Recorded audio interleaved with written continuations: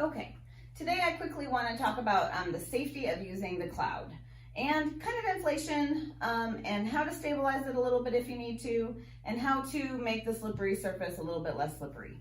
So I hope you can see the difference here. When the cloud comes out of the box, it's actually got less air in it than this one does. The teal one has a little bit of air, it's a little bit rounded on the bottom, and it does squish in quite a bit. The purple one is more rounded, squishes in less, and is definitely more advanced. It definitely moves more when you put it down. So this one rocks quite a bit, and this one rocks less. Now, if you have a beginner dog and they're gonna likely slip on the slippery surface in the middle, you're going to simply put a piece of shelf liner over the top of the middle and let your dog target the middle where the shelf liner is. Now, a lot of people, Matt? Now, a lot of people will worry about this bunching up underneath their feet or whatever gives your dog purpose. It does not matter whether this squishes up a little bit, it's not gonna sit perfectly flat. Draw the break.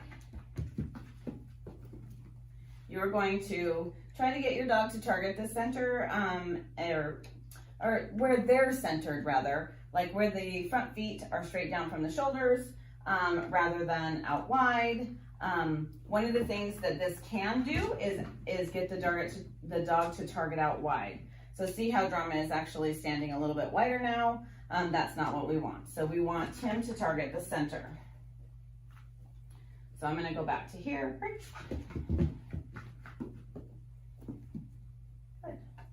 He's targeting the matted area. Break. And I'm gonna show it once without the mat.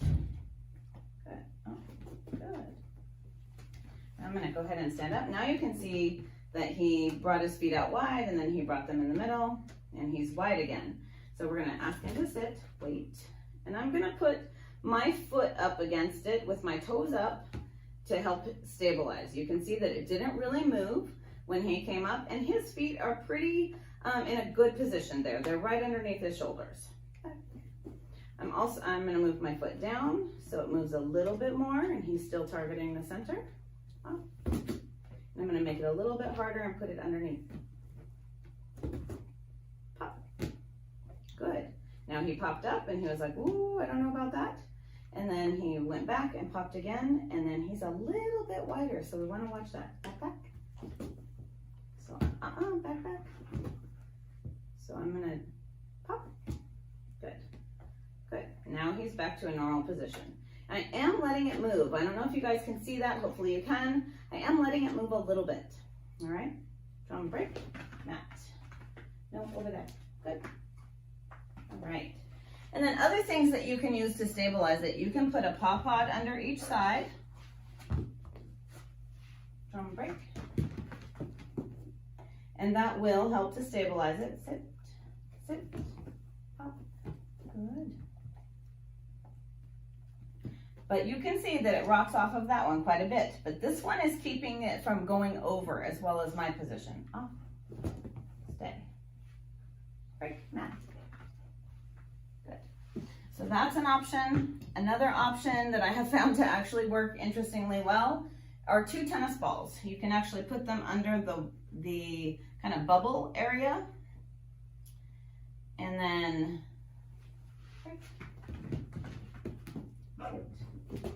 pop. Good. You can see that those balls really help to stabilize the cloud. Pop. Good. Pop. Good. Stay. Other things that I have used are a rolled up yoga mat just under the edge. Pop. And that gives it a little bit more give. Up. And I have also, because I had them handy, I have actually these two. I have put my tug toys underneath the edge. Up. Good. Which don't work as well as the one in the center.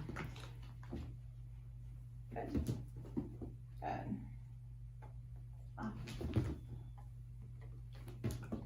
So again, you want to make sure that you are figuring out what kind of instability that your dog needs, and then adjust whatever you put underneath the edge to accommodate that.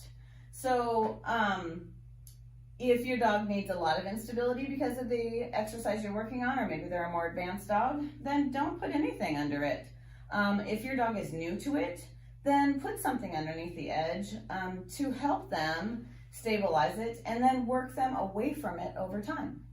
So I hope this has helped you figure out kind of how to inflate the cloud, how to use the shelf liner to cover up the slippery middle, how to stabilize it if necessary with your foot or other objects. This is just the stuff that I had laying around here at the clinic, but you might be able to use small books or coasters or you know, any number of 1,000 things. Just think outside the box, and this piece of equipment is really, really, really beneficial to your dog. It really does engage the core more. They have to stabilize with their shoulders and their hips more when they're standing on two of them. They have to manage a lot. So utilize this piece of equipment from fully stable to unstable, and see how it works for you. Thanks.